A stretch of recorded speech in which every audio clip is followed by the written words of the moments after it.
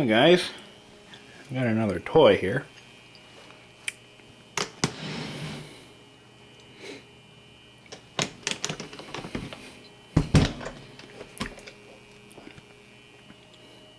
Interesting little thing. This, this is a McClure Projector. And the company was located 1122 Central Ave, Wilmette, Illinois. And this cost me a haul of $7 at Savers. It's in really kind of rough condition. It intrigued me at first. I'm walking through Savers and I'm looking in the electronics pile and I see this. Whenever I see a leather box like this, I get excited. It could be anything. I mean, everything was in leather boxes back then, in the old days. And I didn't know what it was.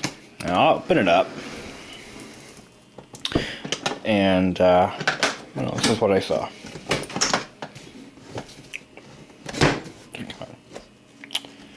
This is what I saw. Now, I had never seen anything like this before. I'll move it over and I'll tell you a little more about it. What we have here is an AV unit in one. This is a film projector, a film strip projector, sorry. So, this is really cool. So, this opens up like this. Like so. And the cord's not stuck in it. This is the film strip projector, and it has a built-in record player. How cool is that? This is the film strip can. This actually comes off, I think. Depending on the type of film strip that you're actually running through it. And this is the advancement wheel. Now, some of you younger folk probably have never seen a film strip in class before. A film strip, I'll do the quick rundown for those of you who aren't familiar. A film strip is something that would often be used by classroom teachers to put their kids to sleep for about half an hour. Hopefully they fall asleep and then they can run out for a smoke and then come back. And then once the film strip is over, they would wake up and resume function. The person attending the film strip was often an overachieving go-getter student who really wants to please the teacher and get an excellent grade or something like that. And you know, we all knew that kid in class. I was not that kid, so don't think I was. I hated film strips. I hated them with a passion. So, what a film strip was, realistically or in reality, was a presentation that consisted of a like a slideshow, right? That's another old term that some of you probably haven't even heard of, so I'll try to get to the freaking point. A film strip was projected on the wall. It was like a still frame of a photo or a drawing, and it depicted a scene, and there was an accompanying record or cassette that would ding and then have you manually advance the film using this wheel here. You'd advance to the next. So this unit would have been used in a classroom environment, likely, or a board presentation or whatever, to present film strips. A film strip was a tool often used by classroom teachers who were just looking for a break, and they would often pick their shining star, overachieving, go-getter, kiss-ass student to run the film strip projector while they quickly dash out to the parking lot for a smoke. No, really. They really were terrible. Film strips were so boring. For those of you who didn't grow up with film strips in class, you've been spared something that the most adults who were born, up until the 1980s would have to have endured as a classroom activity every so often. Most of my 3rd and 4th grade teachers loved film strips because they were just a good way to pass the time and bore the hell out of their students, and, as I mentioned earlier, run to the car, grab a smoke, grab a beer, and then when the film strip was over, they'd come back to class, and once the students' bodily functions resumed, they would start teaching something else, usually involving M&Ms or construction paper. So, for the uninformed, the youngins, here's what a film strip really is. Think of it like an older version of a PowerPoint presentation. So what you would have was a still frame that would be projected on the wall, like a photograph of a scene or an illustration from a picture book, and it would be accompanied by an audio supplement, usually in cassette form or record. So the record would describe whatever was on the screen at the time, whatever was up projecting on the wall. The record would describe what this scene was and what it depicts, what the painting means, what the artist was thinking or drinking at the time, and then it would go beep, and the little eager student who wanted to please his teacher because he was a suck-up would advance the frame using this knob here, and the frame would then move over one, advance one frame. Yeah, why am I over-describing this? And then the recording would continue on and describe what was in the next frame, and then it would go beep, and then little Johnny son of a bitch would go, and then you'd move on to the next scene, and so on and so forth. Most of these film strips lasted about the length of an entire LP, or double that if it was, depending on the... We had some film strips that were like, and we knew we were in trouble when we saw the teacher whip out the big film strip box, because some of these were about 5 or 6 film strips long, or even longer. A film strip, by the way, is really... think of it like a 35mm positive strip. It was a positive, not a negative, and it was usually on 35mm film, but the film that they had used was quite thick and able to be used for many, many, many years before it would disintegrate. Some schools still have these in use, although I pity the poor kids who have to watch them. Oh my God, they were one of the highlights of my childhood, or one of the dreadful things. But anyway, let's look this one over. This is starting to drag on and on. We'll go over the various functions of this projector. Let's see, I still haven't really explored it much, but oh, this is neat.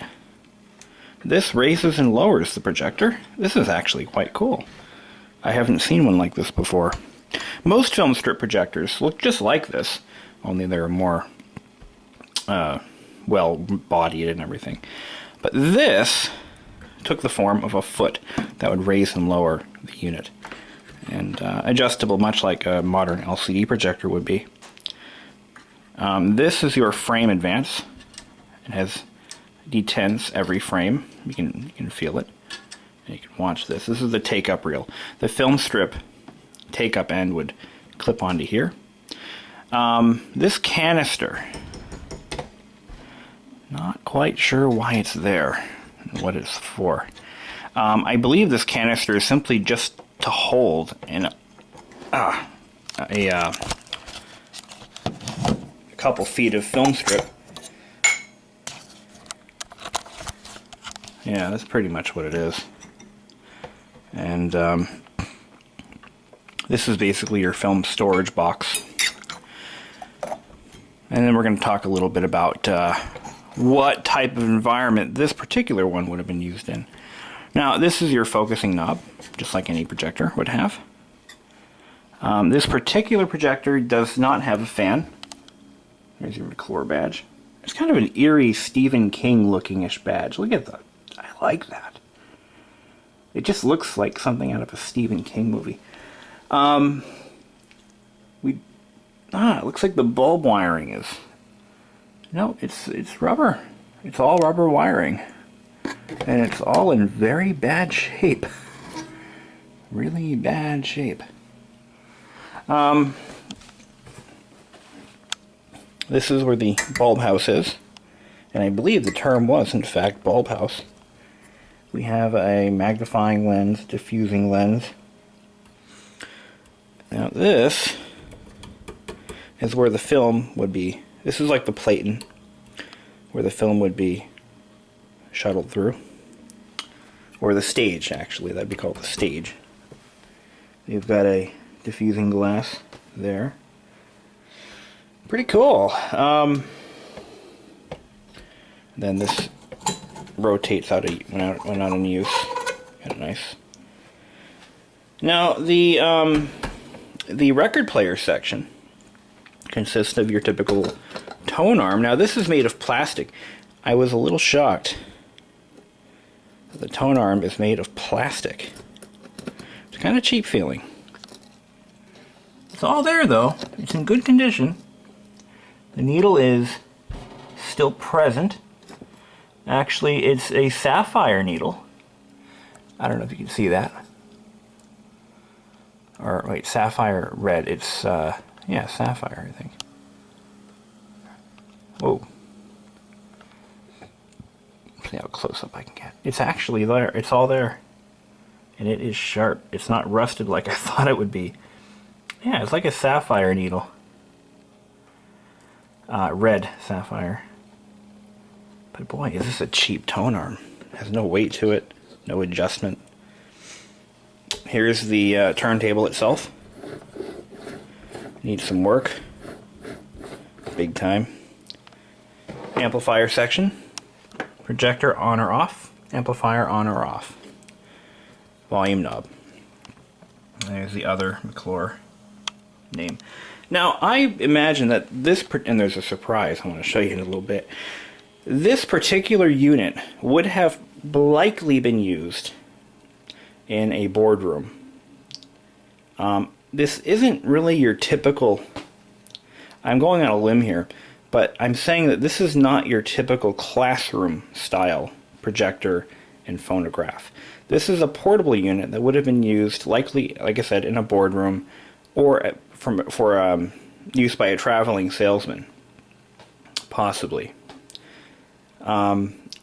Not something you would see in a classroom. It's just not built to classroom durability standards. It's got some cheapness to it that I just don't see it in a classroom. You can actually see the amplifier, and I'll show that to you here. You can see most of it from here. It's never been serviced. I mean, it looks like nothing has ever been done to it. I see a couple of tubes. It's a tube amp. There's a little spot here for what could be a spare tube. I don't know why that would be there. I'm just guessing that's what it's for. I don't think they'd put film strips in there. This is all vinyl. This can all be cleaned.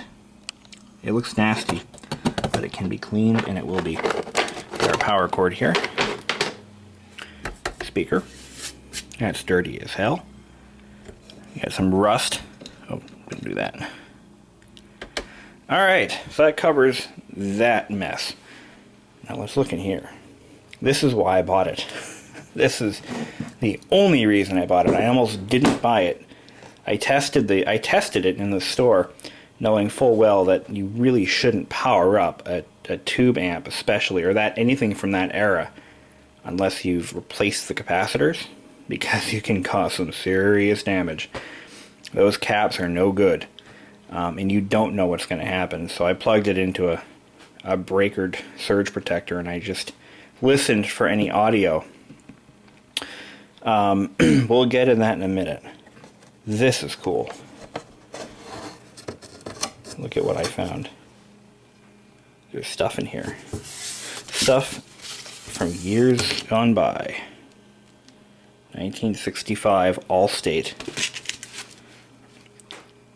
sales records.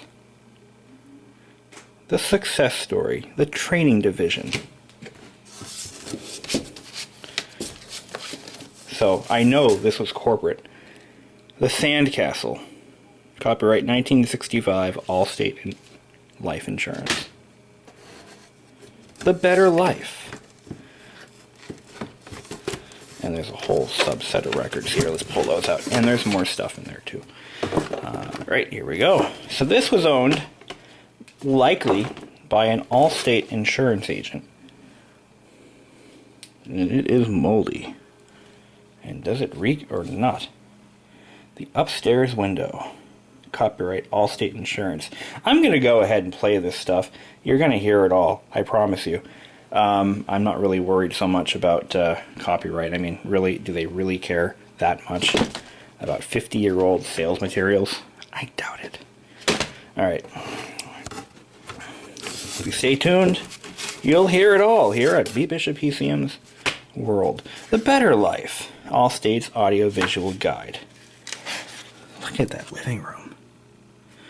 Turn the light off here. Maybe some better light. Look at that. Happy family. Nuclear family. Aw, wasn't America just grand, honey? Look at this. Alright, we need the light.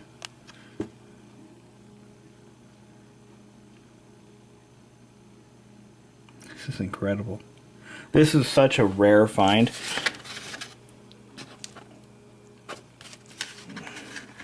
This is so cool. This is not something I ever expected to find at Savers.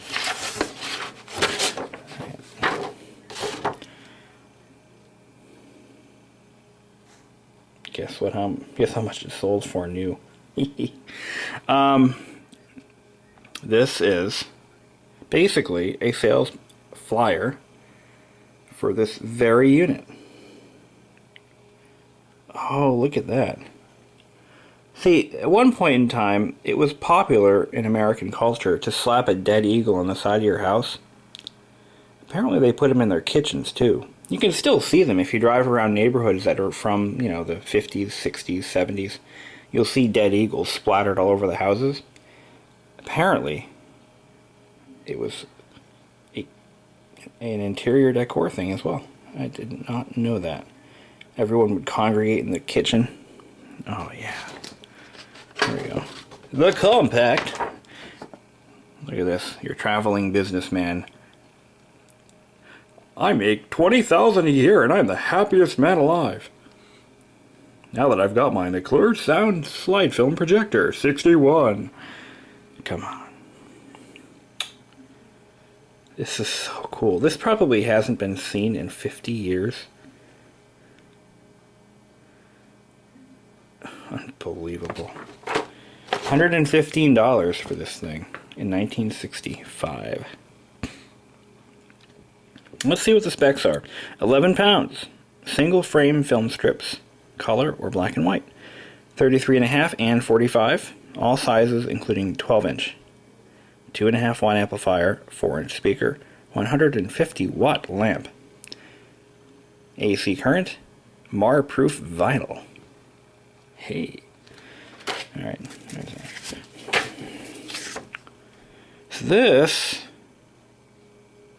is apparently how you adjust the record speed. So let's see. I could not get this thing to spin up. I'm going to go and plug it in, right? Knowing full well what the risks are. The amplifier's got to be rebuilt anyway, I'm sure. It does work. It really works. I couldn't believe it. And this plug is unsafe. Look at that. I got to put a new plug on it. Let me see if I have one. Hey, I got one. And I got my tools. Woohoo! Not a big fan of these cheap GE plug replacement units because they don't look that great, but they do serve a purpose. They are not polarized, but neither is this one. Look at that! Ew! Oh my god. That is a fire hazard, because what happens is this corrosion or oxidization, it doesn't allow the proper flow of electricity and it heats up. It creates resistance between the plug and the socket, and it heats up, causes house fires. And I don't even need to tell you why this is dangerous. But anyway, I almost plugged in and I completely forgot that I had that it was broken. Whoops. Alright, here we go. Okay, you can hear the motor kick over. So let's turn the projector on. We've got light. Look at that. That works. Amplifier turns on. Let's try to just get this record player to spin. I'm going to pop this circlip off and let's put the camera right here. See what horrors lie beneath. There's, interestingly enough, there doesn't appear to be a motor or control switch to shut the phonograph motor off. But this is going to be gross inside. Looks like this shaft is stuck on. It's frozen. Alright, I don't want to pull it. Don't want to use a hammer either. But if I had a hammer. Oh, if I had a hammer.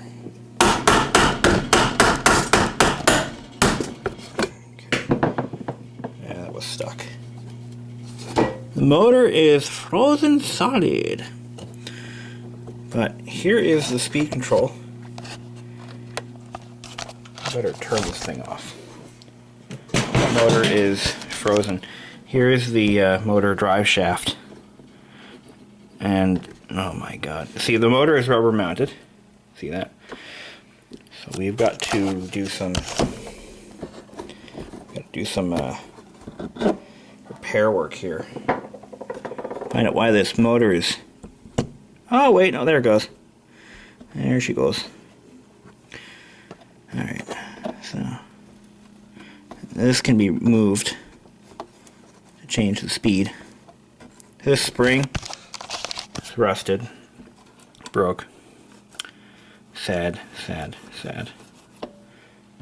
And from the looks of it, there must be another wheel. That, yeah, okay. Spacer wheel, which is under the idler wheel. No, or not. Oh, here it is. Okay, there's a spacer wheel. Yeah. So the idea here, because of the shaft design on the motor, you can see that it has a step shape to it. When you remove that spacer, it causes the wheel here to drop down, and it rubs on the larger side of the spindle. But this puppy ain't going to do much until we replace that spring with something. Let's see if the motor spins up now. Now that I freed it up by hand, it still needs to be torn apart. This is just for demonstration and testing purposes only. But I think we can get that motor to spin. Yeah, it's spinning now, see? Okay. But the problem is we've got a busted tension spring, so it's never going to work until we fix that. I want to get this thing to play records again, right? Let's look inside here. See what untold horrors lie within. Maybe there's a dead mouse. Maybe there's not. Maybe there is. Spindle. That moves okay.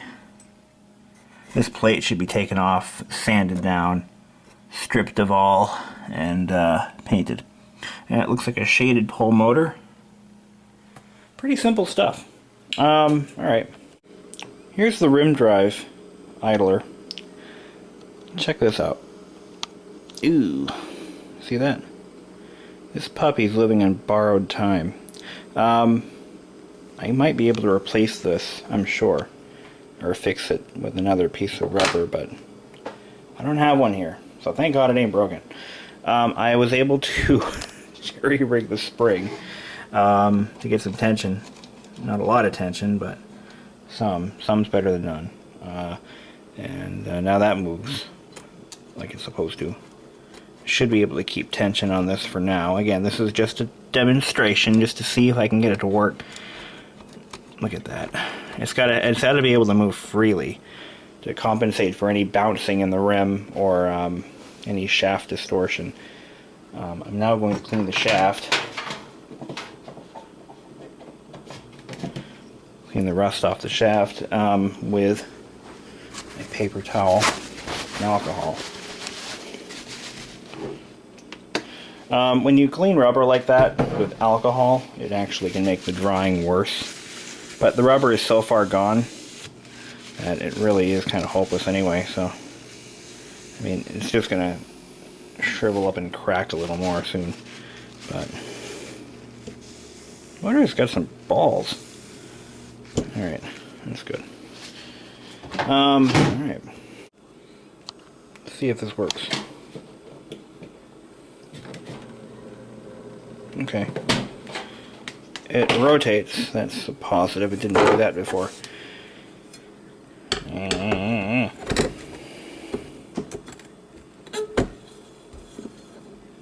Okay. I'm going to screw putting the C-clip on. I don't need it. No. Alright. Fire up the old tube amp, which shouldn't be done. That's bad. Don't do that, because we have old capacitors that are 50 years old that could be shorted completely. But I don't hear any 60 hertz buzzing through the speaker, so I'm going to think positive on this one. I got some grease on the old speaker grill there. Alright, let's pop on a nice old Allstate record. Okay, the amp is working. When you hear like loud buzzing, the filter caps are gonzo, and you've got to stop immediately. When I first turned that radio on, I didn't expect it to work at all, and it actually was tuning in stations. And let's start with the upstairs window. But anyway, I could hear this loud sound through the speaker, and that was before I really knew better, and sure enough, had to be recapped almost immediately. Wait a minute. Oh, damn hell. This thing can't play these? This record doesn't fit. Oh, good. Okay, never mind. The needle stay is collapsible, which is cool. Alright, here we go. There's the center. I'm the center. There she is. Alright, you guys ready for some action? Hell, I am. Alright, start it up.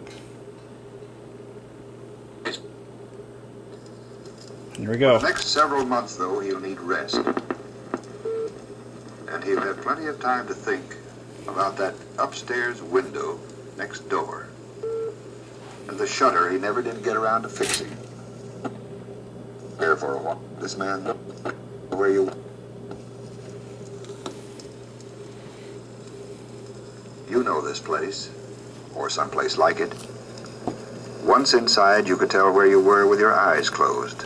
just by listening to the hushed sounds and breathing in the antiseptic smells. It's a house of care, a place of peace to the suffering, a haven of recovery for the sick and hurt. It's a hospital, a blessed place to be when you need to be there. And when your need is over, a wonderful place to leave. This man knows he's going home. In the past 6 weeks, Bill Morgan has known a wide range of emotions. Surprise first that the heart of a man his age should falter. Then fear for a while that it might be fatal. And then worry about whether his way of life might have to change. About how long it would take before he'd recover and get back to work. About what it all would cost.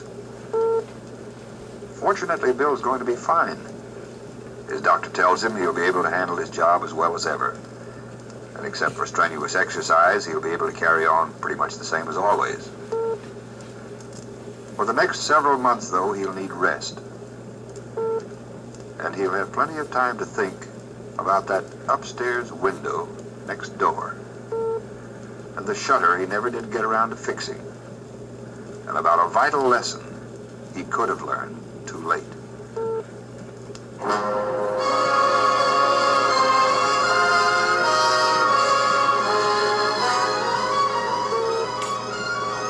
Now the beeping sounds obviously are to advance one frame in the film strip that I don't have. It all began late one afternoon when Bill was arriving home from work. As he got out of his car, he noticed that the house next door looked different somehow. Then it came to him. The new shutters, of course. They were a do-it-yourself project his neighbor Sam Turner had been working on in his basement. And now Sam had finally put them up. Then Bill noticed the upstairs window. Funny. It wasn't like Sam to leave a job half-finished like that. But before Bill could think much about it, his wife, Ann, met him at the door. Oh, Bill, I'm glad you're home. Sam's had a terrible accident. He fell from his upstairs window. Laura's with him at the hospital. I have the kids here. As soon as possible, Bill went to see his friend. He was relieved to find Sam as cheerful as ever. Sam joked about his plaster cast. Said it made him feel like Frankenstein's monster. And he assured Bill that the damage wasn't as serious as it might seem. That he'd certainly be on his feet again soon. Of course, the bones he'd broken were critical. They'd take many months to mend. But it didn't really seem to faze him. Bill offered to do whatever he could to help. Sam thanked him, then told Bill, I've got a pretty good group insurance plan where I work. They say it'll cover about half of the hospital and doctor bills. And say, my boss gave me a real nice surprise yesterday. They're going to carry me a full day for 2 months. After that, well, we've got a few bucks in the bank. I could always borrow some money. I guess we'll make out okay. As Bill's visit was ending, their talk drifted to news of the neighborhood and the scores of the latest ball games. Neither spoke the question each had in his mind. What would happen when the money ran out? The question continued to bother Bill as he left the hospital. Sam's accident had struck close to home, and Bill realized he could very easily have been in the same boat. He breathed a sigh of relief that it hadn't happened to him. But in the following weeks, the problem nagged him. What if it did happen to him? He didn't like thinking about it, and he put it out of his mind whenever it came up. Yet, in spite of himself, he became more aware of articles and ads in newspapers and magazines, on radio and television. Information he had never paid attention to before Sam's accident. Accidents cause 10 million disabilities this year, plus 100,000 deaths. Sickness causes almost 5 times as many disabilities as accidents. Find that before reaching retirement, 1 out of every 3 men age 35 will have a long-term disability. I think the A Boston bank foreclosed on 60 mortgages last year. One was because of premature death without adequate The amplifier went out. 59 were due to disapproval. Kids, Uncle Bishop here to tell you a story and teach you a lesson. When I said don't plug in an amplifier or any electronic device, electrical device that uses capacitors that are over a certain age, I meant it because something burned in that amplifier and I don't know what it is. Actually, no, it's nothing really burned. I smell heat from the tubes burning off, but the amplifier slowly, you could hear it actually during the record. It slowly got worse and worse and worse, and now you can barely hear it. Now if it cools off and I fire it up again, not that I'll do that, there's a chance that it'll come back to life. Who knows? But the moral of the story is, and I'll show you why. Now let's take a look at what we've... yeah. So here's the amplifier circuit. Pretty simple stuff. Only 3 tubes. Not much there. Yeah.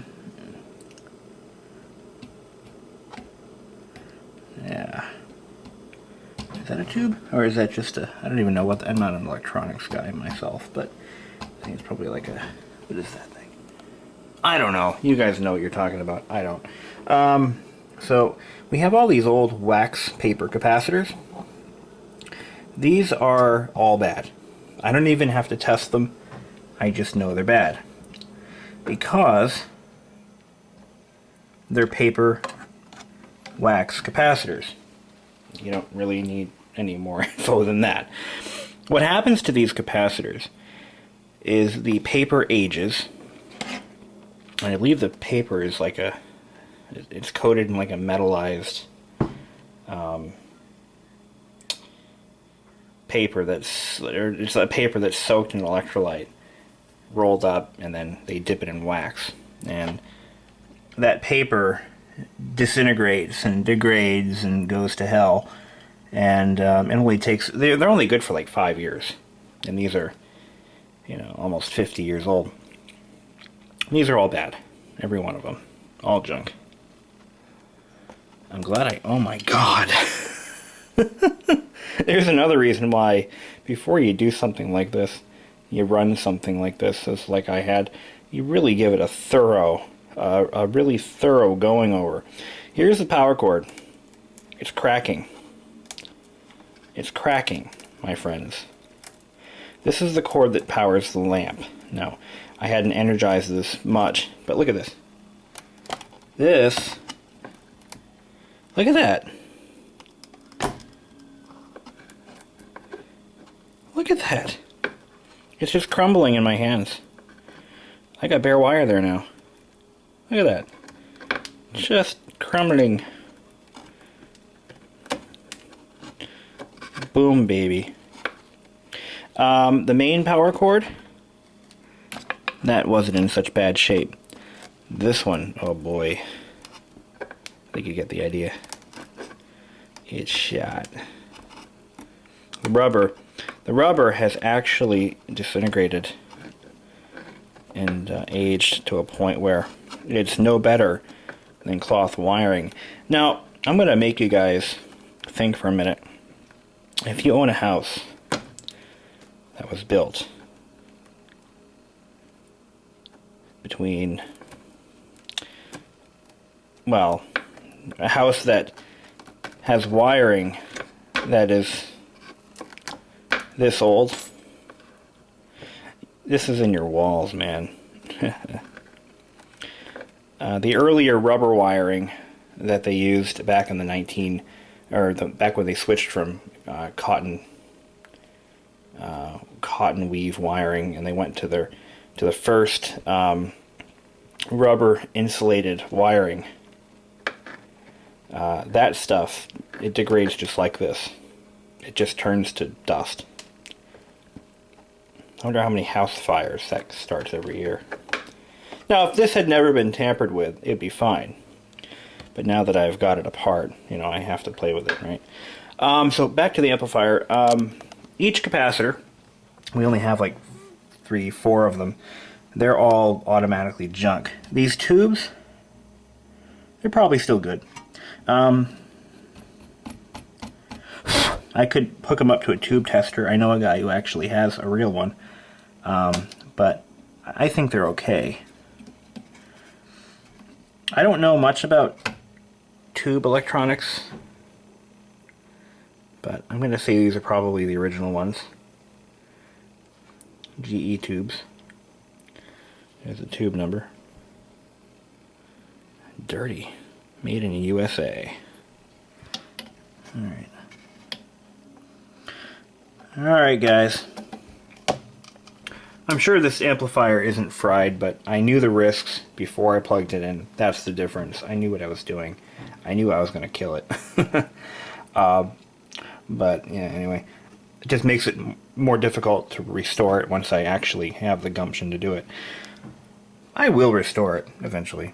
We got some resistors here. Don't know if they're any good. I should put a meter on them and test them. See what they're looking at for values. Value drift may have been an issue. Who knows? Ironically, the volume pot does not crackle. I didn't expect that. I expected it to go nothing like that. I didn't hear an AC hum. But then again, the audio was very low. It actually started out acceptable, and then it slowly went lower and lower and lower. And then I'm like, you know what, I should just shut it off. So, we're going to go ahead and, I'm going to actually upload these records in a separate video. That way this doesn't, people don't have to watch both if they don't want to. And they don't have to sit through all this to hear the Allstate records. So I'm going to upload those in a separate video. But here you go, guys. What's this? What the hell is this?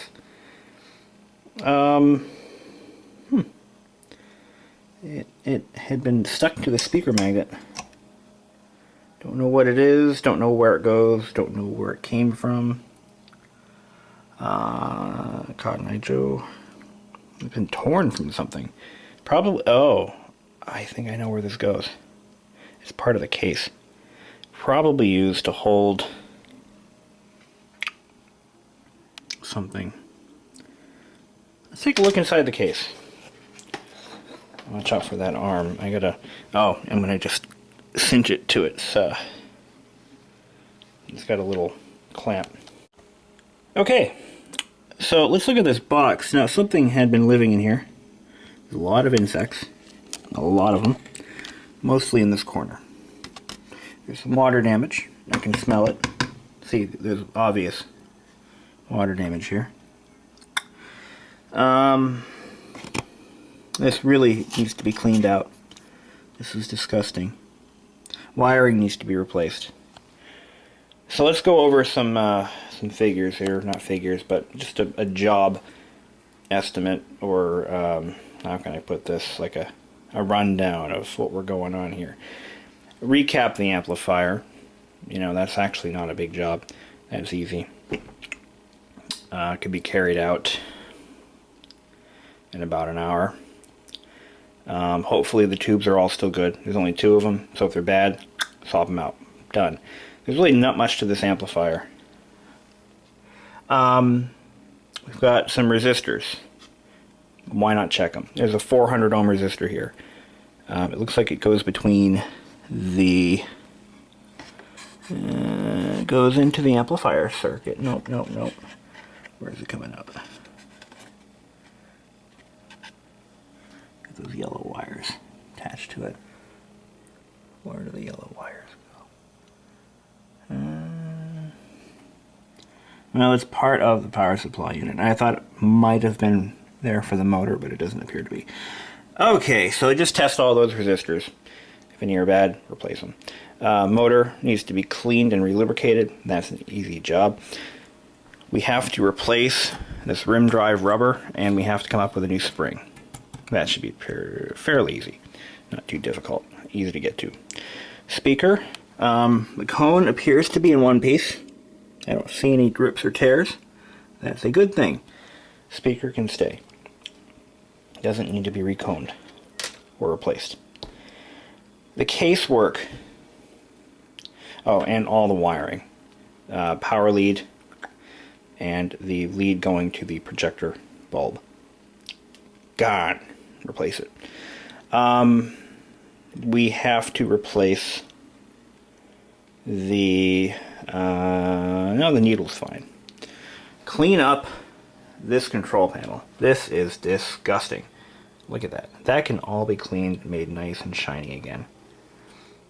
There isn't a lot of water damage here. It looks like it was deliberately molded this way for some reason. So that's good. It's all still there. The control panel's in good shape. The speaker grill, all that has to be cleaned. This will be difficult to clean, but it could be done with a toothbrush. Yeah.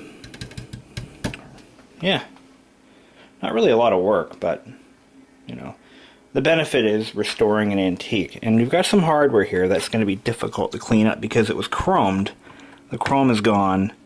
What I would do is I would clean the rust off with a Dremel. Mask off the vinyl around it. And then spray paint it silver. The easiest way out. Probably won't last. The alternative is to replace the hasps. Re-rivet them. But that's really a lot of work. These hinges are all still good. They're not bent. They still work. Those can be, probably do the same thing with those. Probably giving you bad ideas, bad advice. But, you know. We have a transformer here. And why is that there? That looks like it's there to bring down the voltage. No, it's not. That's not a transformer. There's no 2 in, 2 out. What the hell? That must be like a sound filter or something like that. It's hooked into the blue and those red weaved wires. And those go into the amplifier. So, I'm not a big electronics guy. I'm sure you guys have figured this out. I don't know how everything works here. I don't know what everything does. I'll be the first to admit it. But, you know, I know the basics. Here's what scares me. The power lead going in was routed through... No, okay.